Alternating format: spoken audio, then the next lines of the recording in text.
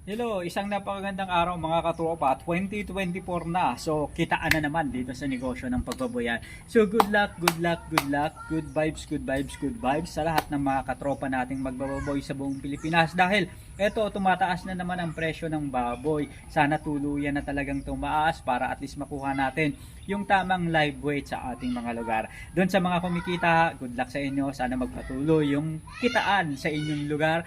At doon naman sa mga hindi pa kumikita pero malapit ng buminggo, good luck. Ayan, wish natin ngayong 2024 talaga namang sumipa na etong presyo ng baboy para lahat tayo talagang umasenso at maging maganda ang baboyang negosyo ngayong 2024. Eto na guys, pag-usapan natin magkano nga ba ang magagastos ngayong 2024 sa pag-aalaga ng baboy. Magkano na yung puhunan sa mga gustong pumasok sa negosyo ng pagbaboyan. Pag-usapan natin yan at syempre magkano ba ang tamang presyuhan para naman kumita etong mga katropa nating si Juan na gusto ring pumasok sa paboyan. Tara, silipin natin.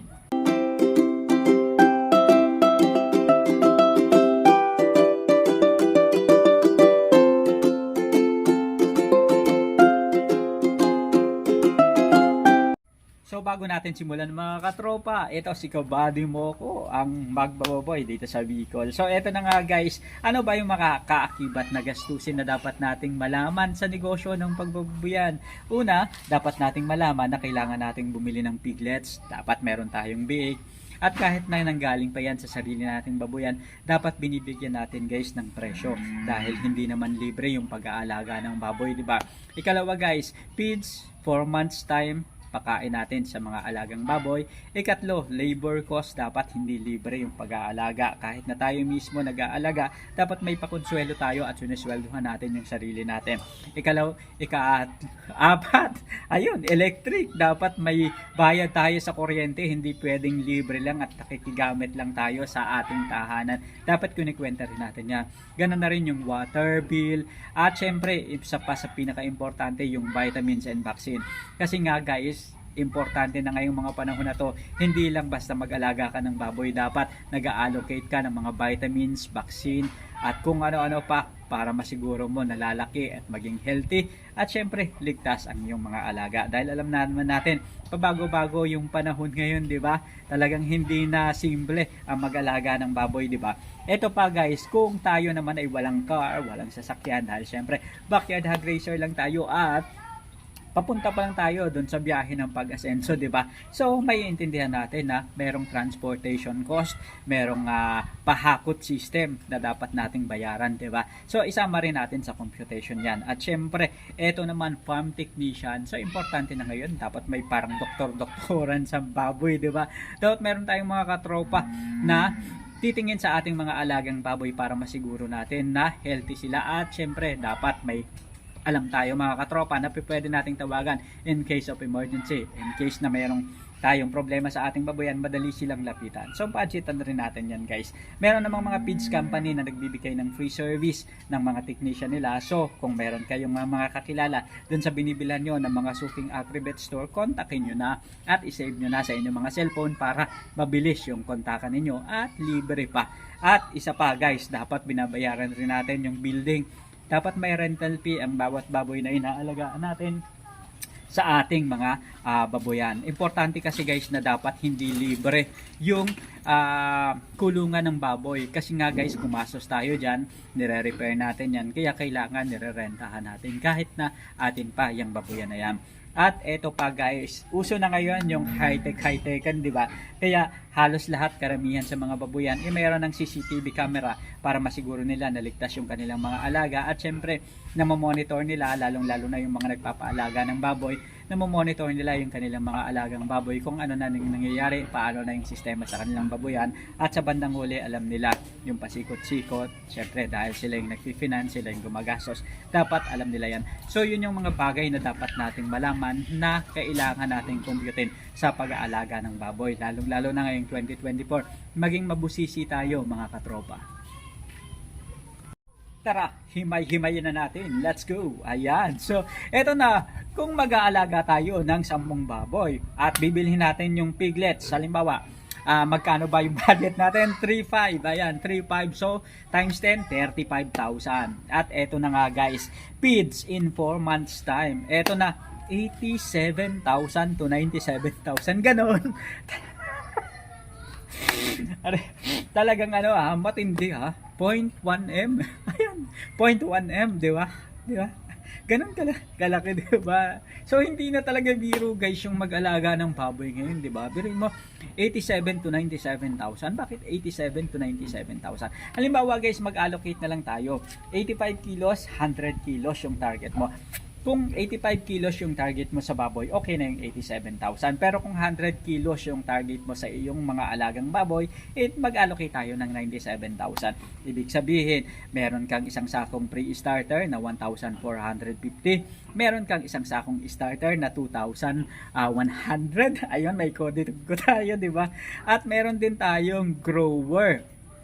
Ayan, na 4,100. Ibig sabihin, dalawang grower na sako. At syempre, meron tayong isang sako na finisher na 2,000 pesos. So, ibig sabihin yan guys, 97,000 pala yung magagastos sa pagpapalaki ng 10 baboy. Ang isang baboy, 9,700. Ngayon, kung 85 kilos lang, kahit kalahating sako lang ng finisher yung gamitin mo. Kaya, instead na 2,000 yung allocation mo sa finisher, magiging 1,000 na lang. Kaya, 8,700 sa isang baboy. So, kung i-multiply natin yan into 10, 87,000.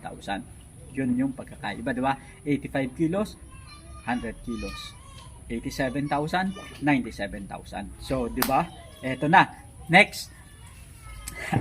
Electric. Ayan. So, sa bawat baboy natin, dapat nagbibigay tayo ng budget na at least 25 pesos. I-multiply mo yan, magkakaroon ka ng at least 1,000 pesos na budget sa pag-aalaga ng baboy bilang kabayaran sa kuryente. Ayan. So, hindi naman kamahalan guys ang kuryente sa ating mga alagang baboy. Magiging mahal lang yan kung meron tayo yung pasirit-pasirit na parang gun, di ba?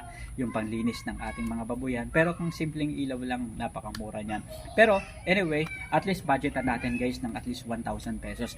Meron namang mga pagkakataon na yung water bill natin is minsan hindi tayo gumagamit ng nawasa at meron tayong puso-puso lang. So, okay na yung mga ganon. So, ang matcha-charge na lang sa atin guys is yung electric bill. So hatiin na lang between electric and then water bill. Ito na, vitamins and vaccine. Dapat guys nag-allocate tayo sa ating mga alagang baboy ng at least 200 pesos per month sa isang set ng 10 baboy. So ibig sabihin yun, at least 800 to 900 pesos ang dapat nating i-allocate sa vitamins and vaccine. Kasama na dyan guys yung pagpupurga, vitamin B complex, iron at kung ano-ano pa na kailangan ng ating mga alagang baboy. Halimbawa nagtatayo yung ating baboy, bibili tayo ng Aprolite, kailangan ng mga electrolytes. So, doon na natin guys ibawas. Transportation cost.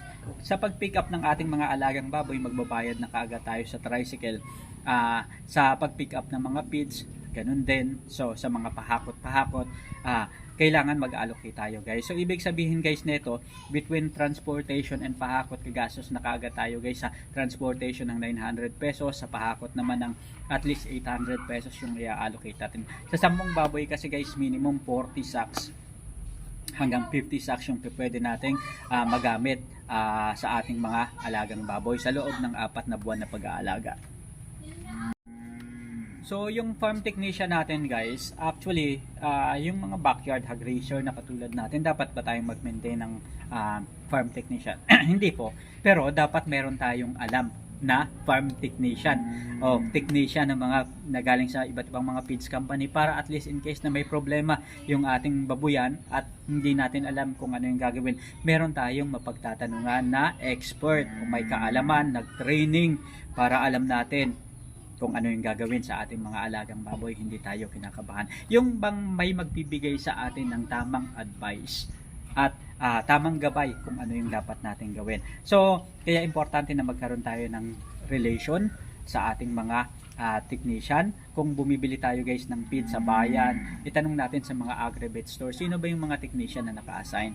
Lalo na dun sa feeds na ginagamit ninyo. Parang loyalty yan, di ba? Parang give and take. So, bibili ako ng feed sa inyo, pero at least dapat may post-service, after sales service, katulad ng mga technician na libreng binibigay ng mga feeds company. Pero mag-allocate rin kayo guys, kahit pamasahe lang, pakonsuelo lang, o kaya kahit pambili lang ng merienda. Minsan kasi yung mga technician hindi naman talaga nanghihingi ng bayad. Talagang kahit hindi mo yan pameriendahin, kahit hindi mo bigyan ng pamasahe, pupunta at pumunta yan basta friend mo, kaibigan mo. Pero syempre pakonsuelo na lang, pamerienda mo lang, mapabigyan mo lang ng kape, okay na yan, happy na yan mga yan. So kailangan mag-allocate ka guys ng budget. Kahit napaka-small amount lang, okay na yun guys. Kahit 250 per month lang, kung mayroon kang 10 baboy, okay na yun, 1,000 pesos. Usually, hindi mo naman talaga magagamit yan ng buo, pero at least maglagay ka pa rin guys ng budget. So, ibig sabihin, 250 per month, multiply by 4 months, so 1,000 pesos yung i-allocate mo. Ito naman, building rental. So, simpleng backyard babuyan lang, kailangan ko pa ba yan? Siyempre po, ito yung pagkakamali ng ibang mga hog raiser.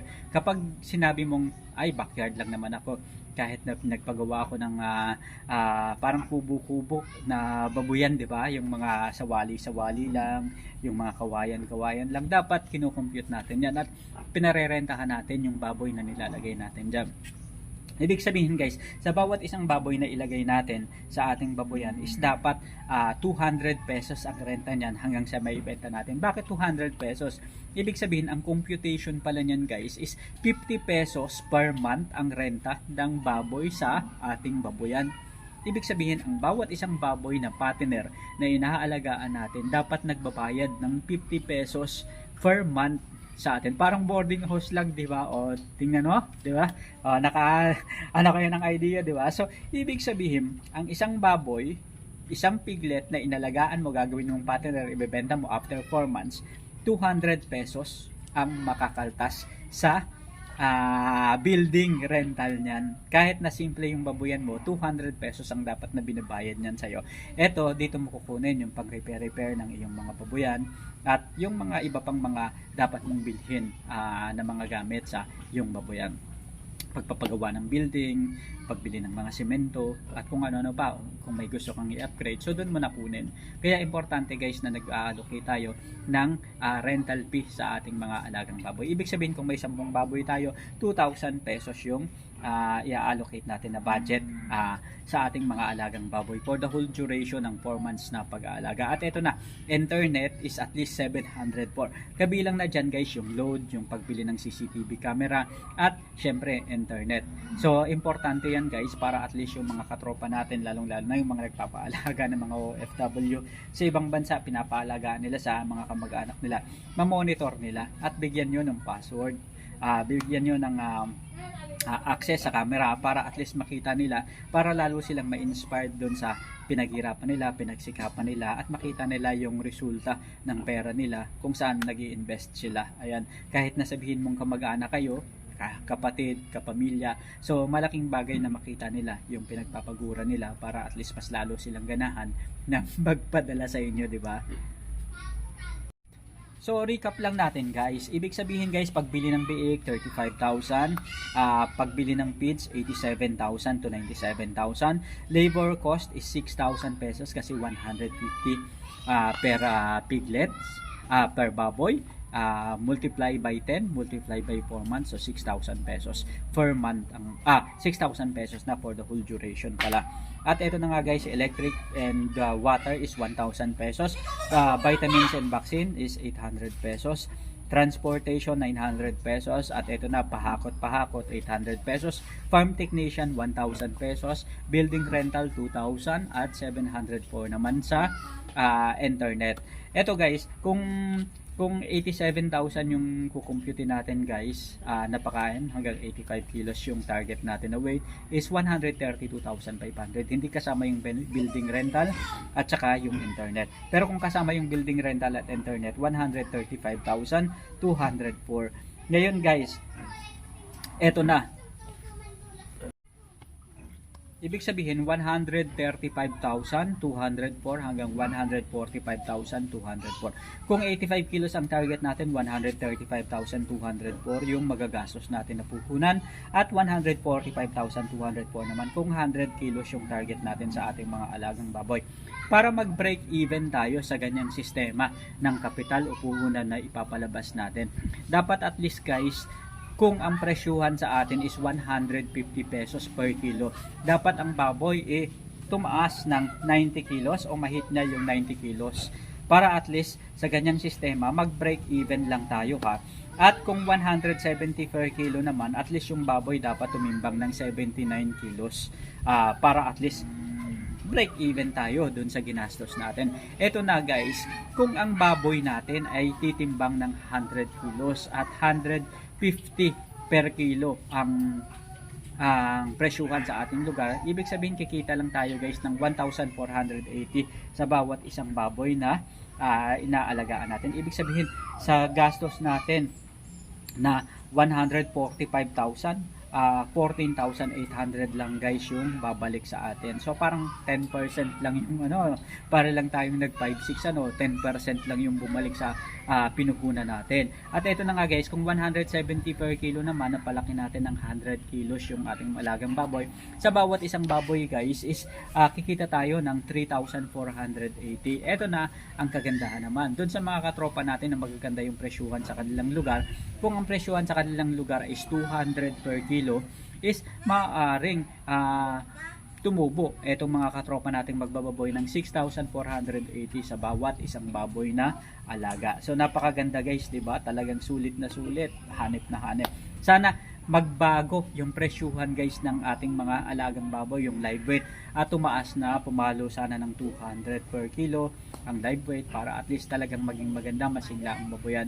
Pero okay na guys yung sa mga nag-aalaga ng baboy, yung at least pumatong lang ng 170 para hindi kabado yung mga nag-aalaga ng baboy. Kasi once na 170 per kilo, at least komportable na yung magbababoy ng mag-alaga na hindi sila malulugi. Ibig sabihin, kahit na magkano yung gastusin nila, kahit na walda sila ng pera sa pagpapakain sa alagang baboy, kahit dagdagan nila yung pakain, sa bandang huli alam nila napasok pa rin yun sa budget at siguradong kikita sila. Dahil kapag nagpakain sila guys ng marami, ibig sabihin mas lalaki pa yung baboy, mahigit nila yung 100 kilos at sigurado sa bandang huli kikita sila. Pero kapag less than 170 per kilo, katulad ng 150, 140, talagang nakakatakot yung mga ganyang sistema. Talagang kailangan yung baboy nang galing na sa sarili mong baboyan, yung piglets hindi mo na binili, para at least talagang makatiyak ka na kahit papano is malalaro mo guys yung presyo ng cost mo sa pag-aalaga ng baboy.